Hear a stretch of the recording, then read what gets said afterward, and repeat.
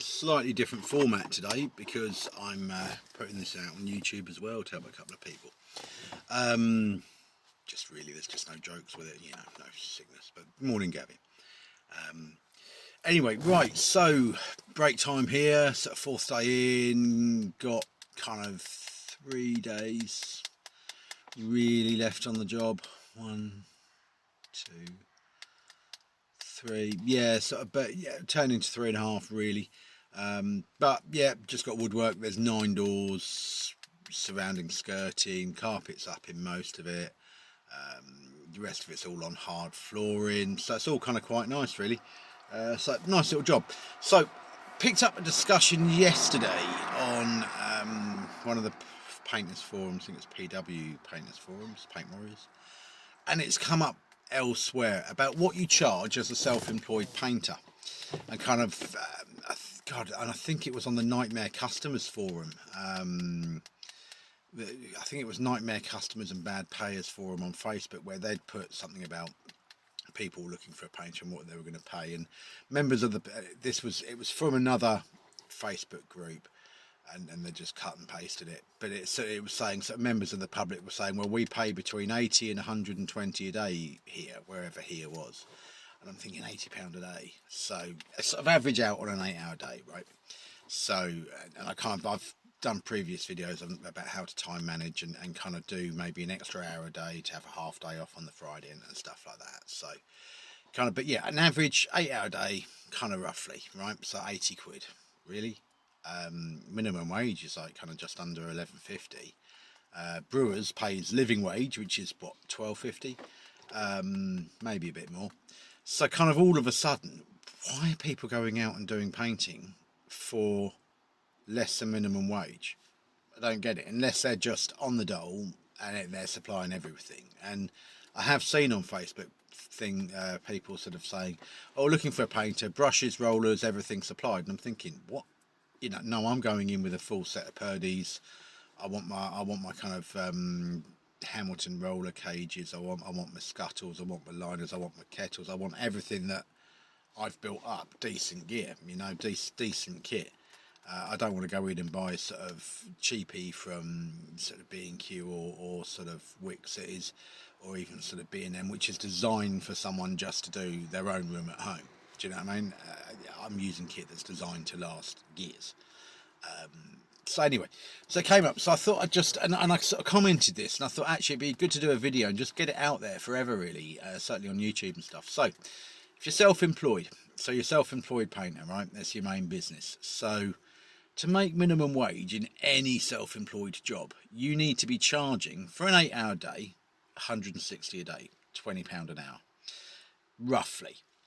Now, out of that comes, obviously, you've got your minimum wage, right? That's straight away. And we'll just say 12 quid, a lot easier.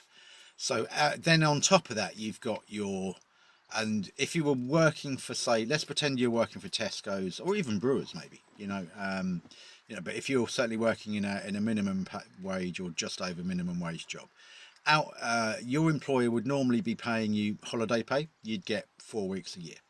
So you need to, as a self-employed painter and decorator, you deserve 4 weeks holiday a year. You need that, and genuinely you do. No one can work 52 weeks of the year, plus you've got your Christmas and Easter and bits and pieces and your bank holidays. So out of that money, out of that money, you've got your bank holidays, you've got your 28 days holiday a year, you've got your pension contributions that your employer would make, you've got the extra national insurance that you're going to have to pay, and kind of your tax and stuff. So actually there's quite a bit to come out of that 160. So these people saying, yeah, I'll do it for 120 a day, even, you're not making, you're actually working for less than minimum wage. So all of a sudden you're up to, when you go and do Mrs. Jones' house, you need 160 a day, straight off the bat. Now, if you were working a minimum wage job, you'd normally have a car to drive to work, get it? So, but vehicle costs. Most of us are going to need a van. Now, I'm lucky, my van's not particularly juicy, but it's older.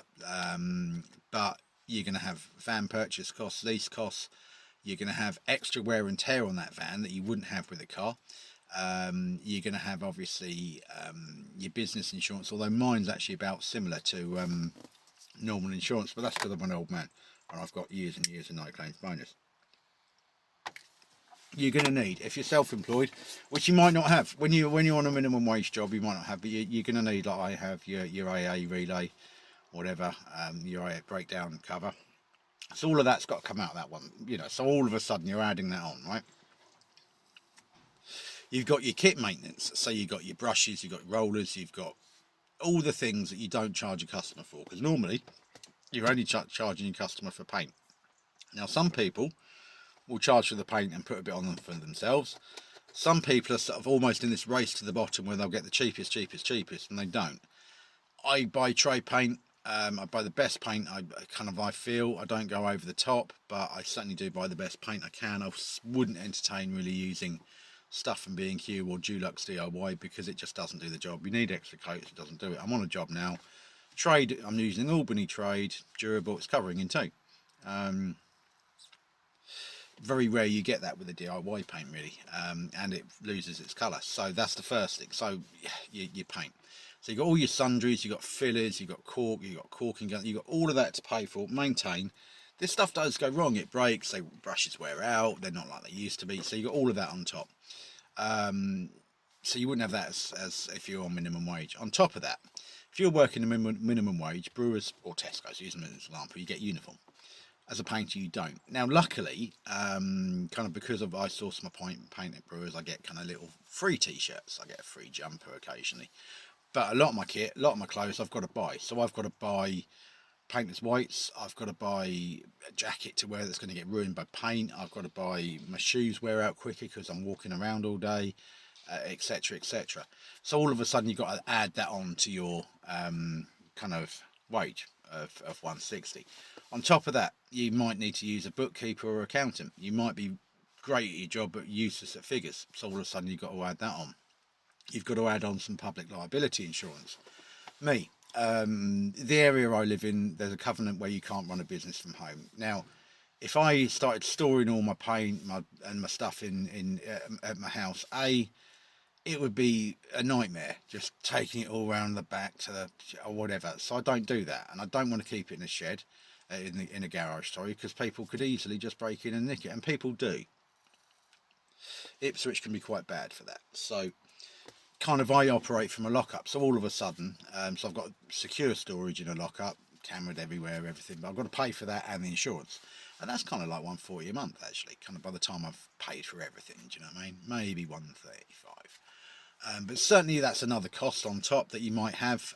You're going to have advertising costs. So some of you might just go on Facebook and just scroll through. I do it. I do it. I advertise on Facebook. It's a freebie. Do you know what I mean? It's free and it's okay, and you do get jobs out of it. But I've done phone book adverts in the past. BT phone book, Yellow Pages. You've got leaflets. I do leaflets through the door. Now I sometimes deliver them myself in downtime, but sometimes I think, well, actually I need to employ someone. So I might get someone to do them, pay them per 1,000 or whatever. So that's another cost on top of your day rate. You've got, you're going to need, if you're on a minimum wage job, you wouldn't need specifically the kind of phone some of us need to run our businesses, because you need to send invoices, you need to do all of that. So all of a sudden you might need a better phone contract and certainly more data than that. So you can't rely on Wi-Fi. So all of a sudden your costs are beginning to ramp up. All of a sudden, that 160 day, that's gone right down way below minimum wage. So really, and also a lot of us have trained. A lot of us have spent years training on the job. A lot of us have spent a lot of time learning the skills we've got. So you want some compensation from that. You're not someone of sort of in their early 20s, so you want a little bit more than that as well. It is a trade, painting and decorating, but this is more for general self-employed really. But you're going to want a little bit extra. Some of you may be doing outside work, so you need some extra for that. You're going to have bad weather days, which you don't get paid for. There's all of those costs. So all of a sudden, when someone's saying to you, and you go in and you say, yeah, I'll do a day, it's, I don't know, and they work out. They work out. They say, oh, how many days will it take? How much is the labour? And you get a lot of very price-conscious people, and they'll say, oh, that's £200 a day. I only get paid $140 per day for what I do. But you're not taking that 200. That's not in your pocket, is it? Potentially, you could be taking £200 But by the time you've paid for everything and take your tax off and everything, you're probably going to end up with about £13-14 an hour in your pocket. And that's potentially it. So don't get into a race to the bottom. Don't get, and especially if you're just starting out, don't get kind of pushed into lowering your prices. We've all had it. I've gone to expensive houses and people are obviously well-to-do and making money, and they're like, oh, well, things have gone up. We can't afford to do this, this and this. It's okay, no problem. I can do this, this and this for that price. And it's a yes or no, really. It's kind of like, I don't bargain on price. Once I've given you the price, that's it. I don't mess around. As self-employed, you can sometimes, as a painter, you can sometimes kind of possibly say, well, look, I've got some leftover paint I could possibly use in that. But really, no. Your price is your price. If you're going out and doing it for and sort of cheaper, you're on a race to the bottom with everybody else, and you're going to end up like with these people that basically they're off the dole. Do you know what I mean? And they're going to undercut you. But the job I'm on now, and this is turning into a longer video, I know, but the job I'm on now, they previously had a couple of handyman painters. Did an appalling job, spilt paint all over the carpet, didn't tell them. Used Dulux DIY on it. It looks appalling, the room they did. So they got me in, and he actually said to me yesterday, I can see the difference between what you're doing and what they were doing. And it's, you know, I'm using purdy brushes, I'm kind of using new rollers each time, you know, and it's all of those little touches that will sort of add up, and I know how to prep a roller. So all of those things are worth paying for. You do get the quality. So don't let people undercut you too much. If you might be just self-employed, I don't know, labouring or something, and that's a little bit different maybe, but certainly with the minimum wage thing, the 4 weeks holiday, the sick pay, bank holidays, all of that, you know, your downtime and your running around time, it all adds up, and you don't want to be going in too cheap. Not at all. There are some areas where you can go a bit cheaper, so i.e. Ipswich area where I live, house prices right now are quite high. Even renting a house here is going to be kind of, really, to rent a family house, fairly nice area of town, you're looking at least £1 grand a month, right? Now I know that there's areas sort of as you go further up north, sort of Midlands up north, where your rent costs are going to be £500-600 a month. Your house purchase is going to be possibly a third of what you're paying here in Ipswich, so therefore you could possibly go in a bit cheaper. But certainly if you just use that 160 a day mark, just say that that's what you need to earn a day to make your minimum wage, and then you've got to work out your costs on top of that. Yeah, if you're going out as a self-employed person now getting less than certainly 180, it's not worth doing. It really isn't. You might as well just go to Tesco's, take brewers, work for a firm, work for minimum wage or just over, and get all your benefits, get your pension, get your holiday pay, get your sick pay, get your uniform, get your HR, get your kind of, hopefully most firms are still kind of fairly good, whereas if you've got someone abusing you and kind of, and I've had it, I've been in houses where people have been really abusive, and kind of, you know, and you've got that bit of backup, because you want that bit on top, don't you, really? And you need that 200 quid. I had a difficult job the other week, and I was getting 200 a day, and it still didn't feel enough. Do you know what I mean? And obviously on outside works, I put a premium on outsides because wear and tear on kit, wear and tear on me. Being honest, if I go and do an outside house, this is the other thing to figure in when you're self-employed. I go and do an outside house, right? It takes me, I don't know, say if it takes me 6-7 days, I actually need, after a session of sort of certainly 5 or 6 days up and down a ladder or up and down a scaffold, you are going to need a day or two off. You just can't, literally you can't do it. You can't kind of carry on going and going and going, however fit and however young you are or whatever. You just can't. You can't. You need a couple of days off after a big job, so you need to put a premium on stuff that's going to be taxing. You're going to get, and of course also as self-employed, you need to figure in the people are going to refuse to pay. You're going to get it. You're going to turn up. You'll have taken your deposit. You've got your materials, but I don't know, you've done a week's work for them. They probably by that point owe you maybe 700-800 quid, and they refuse. You've also got to figure that in, because that's going to be extra admin costs. Possibly you can go, there's a guy I know, Jeff Newsom, he will kind of he literally goes for the throat, and he will help self-employed people for a fee to recover their money. Now, but you've still got to recover your money. You've got to take them to court. You've got to go through all of that process. That costs extra, so you need to figure that into some of the jobs. I might do a little video about commercial jobs as well, how to handle those. But certainly, yeah, just think about your pricing. Don't go low. Don't go low just to get the money. What's the point? There is the demand out there for work. You charge 130 a day, you're going to be busy all the time, flat out. You charge 200, you're going to be steady and kind of, but you're still making similar money because you're not running around. Do you know what I mean? So just rethink your pricing. Don't go too cheap. Don't get into a race to the bottom. Don't go into a job where someone goes, oh, I'm getting 2 or 3 quotes. Okay, give you normal price. Explain the quality you can do. Explain why you would be better than somebody else. And if someone if you give a quote, pretend you give someone a quote for 1,500 quid, and they say, oh, I've got a quote for 1,300. Just say, okay, I can't match that. There's no way I can match that. And leave them to it. Sometimes you actually still get the job because they want a better quality job, and they'll be looking at your reviews, and certainly with me they look at reviews and stuff like that, and they go, actually, you know your stuff.